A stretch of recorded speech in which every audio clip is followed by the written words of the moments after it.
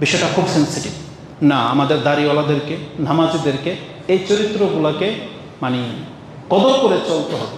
আর যখন আমি আপনি দাড়ি রেখেছি, তাহলে আমাদেরকে যথাসম্ভব এটাকে মানে গুরুত্বের সাথে নিতে হবে যে আমি সিগারেট খেতে পারি না, কিন্তু আমাদের দুঃখ হয় আমি ম্যাক্সিমাম দাড়ি টুপিওয়ালা নামাজিদেরকে দেখেছি যে মুরব্বী সে সিগারেট বিড়ি খায়, মাথায় টুপি, দাড়িও লম্বা, অথচ প্রকাশ্য সিগারেট খাচ্ছে। এটা মোটেও কাম্য নয়। একটা মসজিদের ইমামকে যেমন আপনি ফেরেশতার রূপে দেখতে চান, তাহলে আমি আর আপনি ফেরেশতাদের ভান ধরেছি, আমি আর আপনি কিন্তু ফেরেশতাদের ড্রেস পরেছি, মানে পবিত্রতার ড্রেস পরেছি। আমি এই যে পোশাকটা পরে আসছি মানে কি, মানে আপনি এটা নিশ্চিত চিন্তা করতেছেন লোকটা সৎ, তাই না? এই জন্য তো টুপি পরেছি, এই জন্য দাঁড়িয়ে রেখেছি যে আমি সৎ। তাহলে আমরা যেহেতু এইভাবে নিজেকে পেশ করেছি, তাহলে আমাদের কর্মটাও এমন করতে হবে। এটা হচ্ছে আজকের দাবি। আজকে কেন আমাদের দাড়িওয়ালাদের কয়েকজনের কারণে বাকি সমস্ত হুজুরদেরকে গালি শুনতে হয় যে দাড়িওয়ালারা এমন? কেন এমনটা আমরা হইতে পারলাম না যে না, বাংলাদেশের দাড়িওয়ালারা কোনোদিন চুরি বাটপারি করে না, কিন্তু আপনি ম্যাক্সিমাম জায়গার দালালি যারা করে দেখবেন এদের দাড়ি আছে।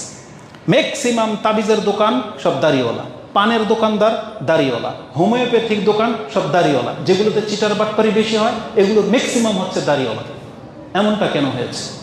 দাড়িটাকে আপনি কেন ব্যবহার করলেন আপনার বিজনেসে? এটা মোটেও কাম্য হয়নি, বরং এটা একটা সততার চিহ্ন। আর যারা এটা রেখে বিজনেসে জালিয়াতি করে, তার মানে এটাকে সে পুঁজি হিসেবে ব্যবহার করেছে। আপনি সাবধান হন, কারণ মানুষ এটাকে কদর করে।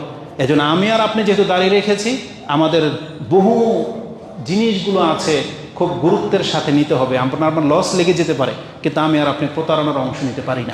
মিথ্যা আপনার আমার দ্বারা সাজে না। উপরন্ত আপনি 5 ওয়াক্ত নামাজি, তাহলে আপনার দ্বারা মোটেও এটা কাম্য নয়।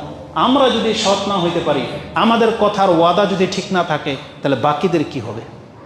নিজেকে এইভাবে পেশ করতে হবে। তা আল্লাহ সুবহানাহু ওয়া তাআলা কোরআন হাদিসে এইভাবে বহু গুণের কথা বলেছে।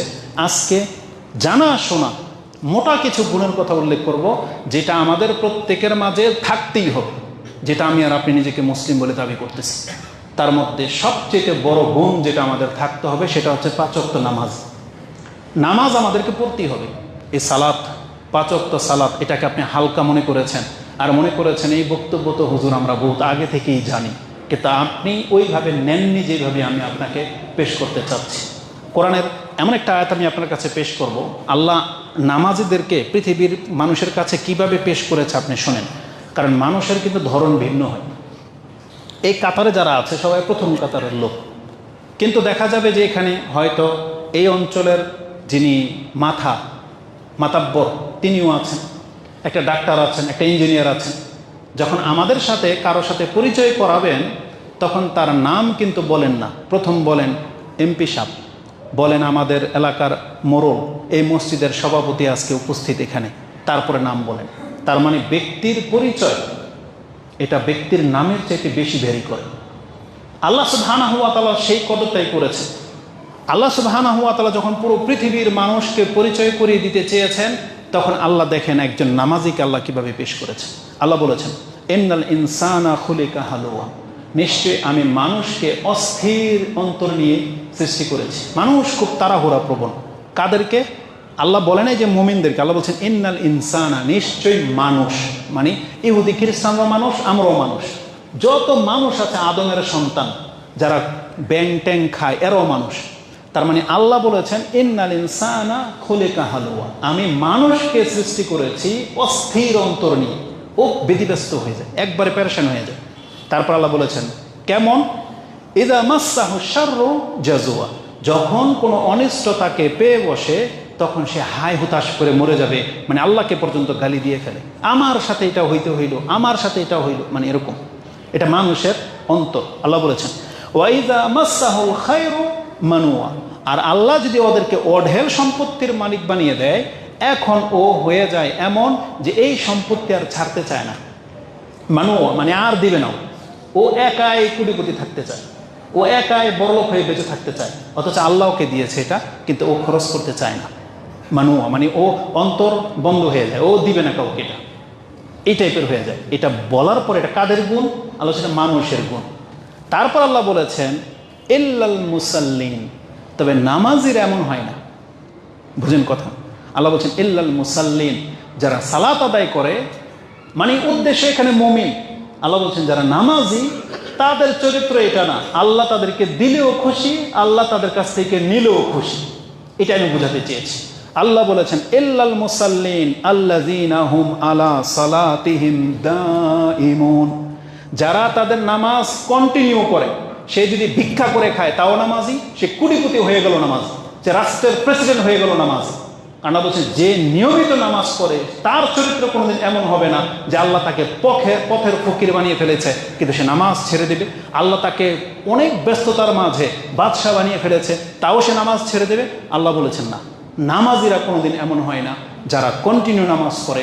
তার মানে আল্লাহ সুবহানাহু ওয়া তাআলা এমন মুমিন হিসেবে আমাদেরকে দেখতে চান যে তুমি নামাজি যেহেতু, তাহলে তোমার জীবনের পরিস্থিতি যেমনই হোক না কেন, এই নামাজ তোমার জীবন থেকে ছিন্ন হইতে পারে না। কিন্তু আমাদের চরিত্র দেখেন, আমাদের চরিত্র বলেন, আপনি নিজেও জানেন কোন কোন ক্ষেত্রে আপনি নামাজকে ছেড়ে দেন, কোন বাহানায়, এটা আপনি নিজেও জানেন। সুবহানাল্লাহ।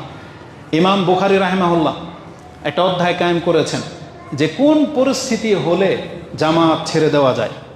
এটা উল্লেখ করতে গিয়ে তিনি এমন এক হাদিস এনেছেন, মানে আমাদের কারো আর রক্ষা নেই।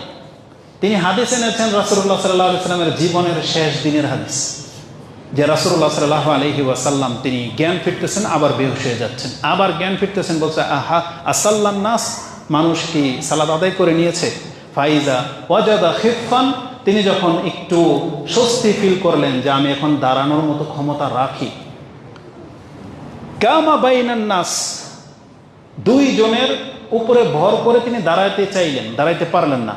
আলী এবং আব্বাস রাদিয়াল্লাহু তাআলা আনহুমা, তারা দুইজনে তাকে কাঁধে তুললেন, দুইজনের কাঁধে তিনি হাত দিয়ে দাঁড়াতে চাইলেন, দাঁড়াতে পারলেন না, তারা দুজনে টেনে তুললেন।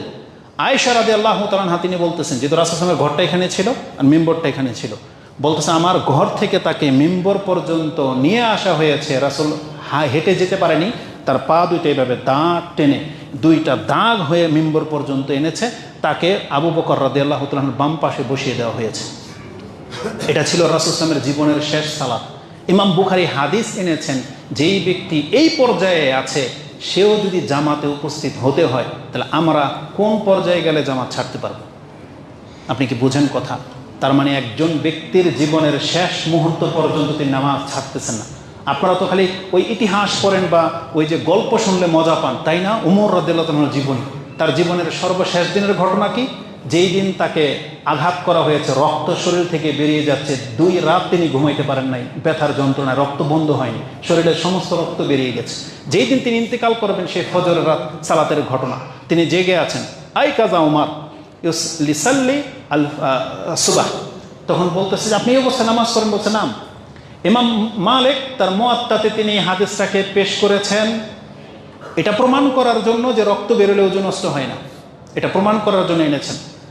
বলতেছে ওমর রাদিয়াল্লাহু তাআলা জীবনের শেষ সালাত, এই অবস্থায় তিনি নামাজ পড়বে। ফাসাল্লা ওমর ওয়া জুরহুহু সাব্বুদ্দাম, তার ক্ষত রক্ত ঢেলে দিচ্ছে, অথচ ওমর রাদিয়াল্লাহু তাআলা নামাজ পড়তেছে।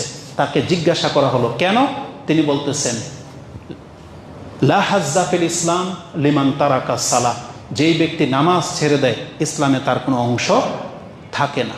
তাহলে এ কেমন মুমিন, এ কেমন বিদ্যা অর্জন করেছে? এই ওমর রাদিয়াল্লাহু তাআলা কিভাবে আল্লাহকে চিনেছিল বা ইসলামের অর্থ সে কিভাবে নিয়েছিল? মুসলিম মানি সে নিজেকে কি মনে করত? আর আজকে আর আমি আর আপনি, যেখানে রাসূলুল্লাহ সাল্লাল্লাহু আলাইহি ওয়াসাল্লাম বলেছেন মদিনার মুনাফিকরা পর্যন্ত রাসূল সাল্লাল্লাহু ভয়ে নামাজ পড়তো, অথচ লোকটা মুনাফিক।